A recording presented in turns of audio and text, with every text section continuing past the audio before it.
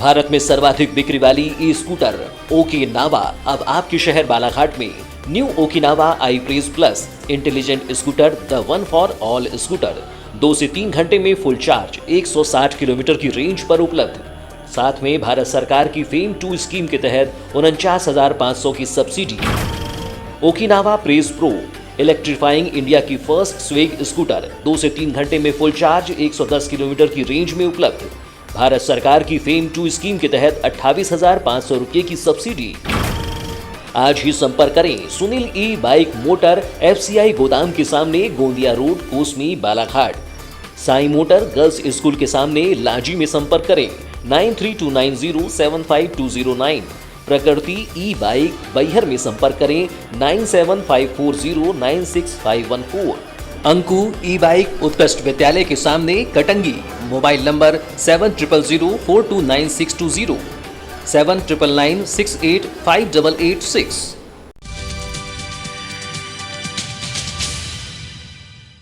खाद के संकट को लेकर आज कांग्रेस ने प्रदर्शन किया है, लेकिन वाकई में क्या ज़िले में खाद की कमी बनी हुई है? खाद को लेकर किसान कितना चिंतित है, यही जानने का प्रयास करते हैं हम सीधा किसानों से रूबरू होकर। हमारे बीच कुछ किसान मौजूद है। क्या नाम आपका? रमेश गुजर। रमेश जी, कहाँ के रहने वाले हैं? कोका। कितनी खेती है आपकी? हमारी ज़्यादा खेती नहीं है, 45 डिसमिल। तो आप काफ़ी छोटे किसान हैं, आपको खाद की ज़रूरत पड़ती है? पड़ती है ना। तो मिल रही खाद इस समय? खाद वो मिल रही है, वो एकड़ के हिसाब से एक तो आपकी कम है इसलिए नहीं मिल रही। आप बड़े किसान हैं, आपका नाम क्या है? इठोबा उड़ेकर। कितनी ज़मीन है आपकी? 6 एकड़। 6 एकड़। खाद मिल रही है जिले में? पर्याप्त है खाद? हमने पहले उठाया तो मिल गया हमको। पहले, अभी नहीं मिल रही है? क्या कहने का? अभी नहीं मिल रहा है। अभी जो सोसाइटी गए थे आप? हाँ। अच्छा, और कोई किसान है जो जानते हैं वाकई में खाद की कमी? क्या आपका नाम क्या? मेरा नाम सेवक पुथे है। सेवक जी, बताएंगे क्या स्थिति है सोसाइटी में खाद की? सोसाइटी में अभी स्थिति बहुत खराब है और वहाँ पे समय किसानों को जो फर्टिलाइजर DAP वगैरह मिलना चाहिए जी, अभी सोसाइटी में है ही नहीं, है ही नहीं। बिल्कुल लाइन लगाना पड़ता। और सरकार जबरदस्ती सरकार बोल रही है कि अपन व्यवस्था कर रहे हैं। भाई व्यवस्था होगी कब बताइए ना, जब धान अपना आधी इसमें आ जाएगा उसके बाद में। अभी कितना समय है किसानों के बाद में? अगर हम मिनिमम समय की बात करें तो अगर 4-5 दिनों में खाद नहीं मिलेगी? सर किसानों के बाद में ऐसा कोई टाइम बचा नहीं है जी। और अगर सरकार व्यवस्था करती भी तो फिर भी 1 सप्ताह के दौरान ये सब व्यवस्था हो सकती है, उसके बाद तो कोई गुंजाइश ही नहीं बची खादवाद मारने की। तो ये 1 सप्ताह की कम से कम मतलब 1 सप्ताह के भीतर सरकार। आपकी कितनी खेती है? 5 एकड़। आप खाद के लिए जा रहे हैं, क्या संभावना? सोसाइटी में खाद है नहीं। ब्लैक में? ब्लैक में मिल रही है मार्केट में। कितने में जो मिल कि रही है? किसानों की बहुत तकलीफ देगी स्थिति है। ब्लैक में 1600 रुपये तक जा रही है DAP और 500 रुपये तक यूरिया जा रही है। अभी लांजी क्षेत्र की विधायक ने एक प्रश्न उठाया था मंच से, कृषि मंत्री जो है पटेल, उनसे उन्होंने सवाल किया था विधानसभा क्वेश्चन में कि खाद पर्याप्त मात्रा में नहीं है, तो उन्होंने जवाब दिया कि खाद पर्याप्त मात्रा में। और उनका ये भी कहना था कि खाद पर्याप्त मात्रा में अगर पहुंची है तो गई कहाँ है? तो कहीं व्यापारियों तक चले गए, किसान को नहीं मिली। और मतलब जो सरकार है वो किसानों की हितैषी सरकार नहीं, व्यापारी की सरकार व्यापारी के साथ चल रही है। ऑनलाइन होने को है, रेक नहीं आई, ये सब सारी समस्या रखकर किसान इतनी दुविधा में वो मार्केट से उठा रहे हैं। समस्या से जूझ रहा है किसान? क्या और भी समस्या, कीटनाशक जो आ रहा है महंगा मिल रहा है। बिजली की क्या? बिजली भी मतलब नहीं मिल रही है, और मिल भी तो बहुत महंगी मिल रही है। जो 500 रुपये मतलब था, 700 रुपये था, आज 900-1100 रुपये हो गई। जो यहाँ पे मतलब जो एक बनाया था 6 महीने के 6 महीने जिनका परमानेंट कनेक्शन है उनके लिए, और अभी जो हाउस पावर के हिसाब से बनाया 8,000 रुपये मतलब TC कनेक्शन। बहुत महंगी बिजली है। इसके आने वाले टाइम में तो मतलब बहुत ज़्यादा बिजली की बुरी स्थिति होने वाली है। तो निश्चित तौर पर बालाघाट जिले में खाद के संकट से किसान जूझ रहा है और महंगी बिजली से भी किसान परेशान है। किसानों ने साफ तौर पर हमें रजेगांव में ये बताया है कि आज जो समस्या निर्मित हुई है इसके लिए सरकार कहीं न कहीं जिम्मेदार है। सरकार को जनता की बातों को सुनना चाहिए और जनता के माध्यम से अगर वे चुन के जाते हैं तो उनका फर्ज बनता है कि वह जनता की समस्याओं का समाधान करे। खाद की समस्या इस समय विकराल बनी हुई है। पूरे ज़िले से निरंतर ऐसी खबरें आ रही है कि इस समय किसानों को सोसाइटियों में खाद पर्याप्त मात्रा में नहीं मिल रही है, जिससे किसानों को बिचौलियों के माध्यम से या फिर ब्लैक में खाद खरीद कर कहीं न कहीं महंगा कदम उठाना पड़ रहा है, जिससे वे परेशानी में दिखाई दे रहे हैं।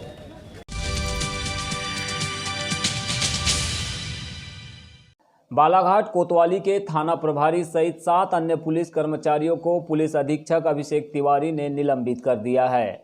पुलिस अधीक्षक तिवारी ने यह कार्रवाई कर्तव्यों के प्रति लापरवाही और थाना परिसर से एक चोरी के आरोपी के भाग जाने पर की है, जिसमें कोतवाली टीआई मनसाराम रोमडे, सहायक उप निरीक्षक रामकिशोर राहंगडाले, भीमराव मेश्राम, कार्यवाहक उप निरीक्षक भुवनेश्वर वामनकर, संतरी आरक्षक राजेश सोनी, शहजाद खान और मददगार आरक्षक वेद हरिनखेड़े शामिल है। गौरतलब है कि एक दिन पहले शहर के वार्ड नंबर 24 में निवासरत संघ से जुड़े एक परिवार के सूने मकान में दिन दहाड़े चोरी की घटना सामने आई थी। इसे लेकर स्थानीय लोगों ने वार्ड में रहने वाले चोर कपूर कामड़े उर्फ काला टीआई को पकड़कर कोतवाली पुलिस के हवाले कर दिया था, लेकिन आरोपी यहां से पुलिस को चकमा देकर भाग गया। इसी मामले को लेकर पुलिस अधीक्षक ने बड़ी कार्रवाई करते हुए कोतवाली थाना प्रभारी सहित 7 अन्य पुलिसकर्मियों को निलंबित कर दिया। नाम का एक चोर है जो कि आदतन चोर है। इसके पहले के भी काफ़ी सारे मामले जो हैं वो चोरी केस के ऊपर दर्ज हैं। तो ये कल एक चोरी में पकड़ा गया था जो कि थाने से निकल गया था।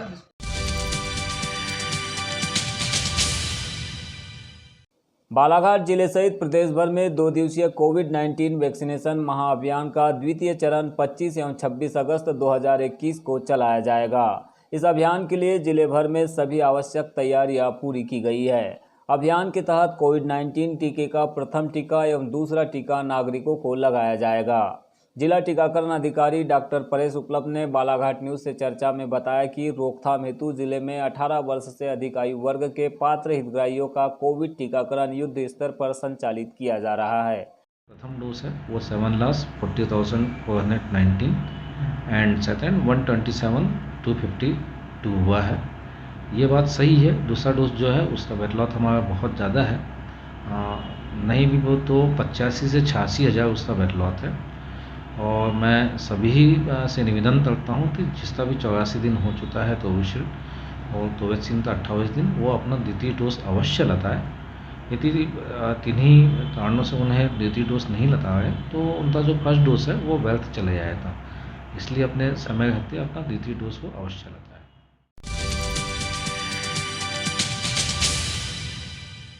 इन दिनों जिले भर में किसान खाद की किल्लत से काफ़ी परेशान है। शासन द्वारा सोसाइटियों में खाद की पर्याप्त सप्लाई नहीं हो रही है। राज्य सरकार और केंद्र सरकार दोनों की अनदेखी के कारण किसान पीस रहे हैं। इसी को लेकर आज कांग्रेस कमेटी के द्वारा पूर्व विधायक मधु भगत के नेतृत्व में खाद संकट पर आंदोलन किया गया। परसवाड़ा विधानसभा क्षेत्र के रजेगांव नेहरू चौक में आयोजित इस प्रदर्शन में कांग्रेस नेता विश्वेश्वर भगत, विधायक हिना कावरे, अनूप सिंह बैस, विशाल बिसेन, उदय सिंह नकपुरे, शेषराम राहंगडाले, डाली कावरे, जुगल शर्मा, ब्लॉक अध्यक्ष यूसुफ पटेल, बेनीराम खटोले, हिम्मतलाल गढ़वंशी सहित क्षेत्र के कांग्रेसी नेता और किसान बड़ी संख्या में शामिल हुए। प्रदर्शन की शुरुआत से पहले पूर्व विधायक मधु भगत ने नवेगांव चौक से बाइक रैली निकाली, जो कि राज्य मार्ग से होते हुए सालेटेका के रास्ते रजेगांव पहुंची, जहां पर पूर्व विधायक बैलगाड़ी में सवार होकर किसानों के साथ नेहरू चौक पहुंचे। यहां पर खाद्य संकट से जूझते किसानों की पीड़ा और महंगाई से बेजार आम जनता की समस्या को लेकर कांग्रेस नेताओं ने उपस्थित जनसमुदाय को संबोधित किया। हम तुम्हारे साथ हैं, मधु भैया से वोट करो, हम तुम्हारे साथ हैं, हम तुम्हारे साथ हैं, मधु भैया से वोट करो, हम तुम्हारे साथ हैं। चलिए चलिए चलिए, नेहरू चौक रजेगांव चलिए, नेहरू चौक रजेगांव चलिए। अभी कुछ क्षणों के पश्चात नेहरू चौक रजेगांव में हमारे कोई फर्क नहीं पड़ता शिवराज सिंह चौहान जी को, मध्य प्रदेश की सरकार की और मंत्रियों को। तुम कितने ही आंदोलन कर लो, कितना ही धरना कर लो, कितना ही प्रदर्शन कर लो, क्योंकि हमने देखा विधानसभा के अंदर, अभी हमारे ब्लॉक अध्यक्ष ने आप लोगों को बताया कि जब विधानसभा लगी थी 4 दिन विधानसभा चलने वाली थी, 4 दिन का सत्र था, लेकिन 4 दिन में भी विधानसभा 3 घंटे में खत्म हो गई। क्यों खत्म हो गई? क्योंकि कांग्रेस पार्टी हल्ला कर रही थी, शोर कर रही थी, मांग कर रही थी कि समय पर हमको खाद दो, समय पर हमको सोडा दो, समय पर हमको यूरिया दो। और जैसा कि पटेल साहब ने बताया कि मैंने अपना ध्यान आकर्षण भी लगाया, और ध्यान आकर्षण लगाया तो मंत्री का जवाब आया, और वो जवाब ऐसा था कि थोड़ी चिंता में तो मैं भी पड़ गई थी। मंत्री का जवाब आया कि भाई हमने तो भरपूर खाद दिया, भरपूर डीएपी भेजा, भरपूर यूरिया दिया, लेकिन हमारे किसानों तक तो कुछ भी नहीं पहुंचा।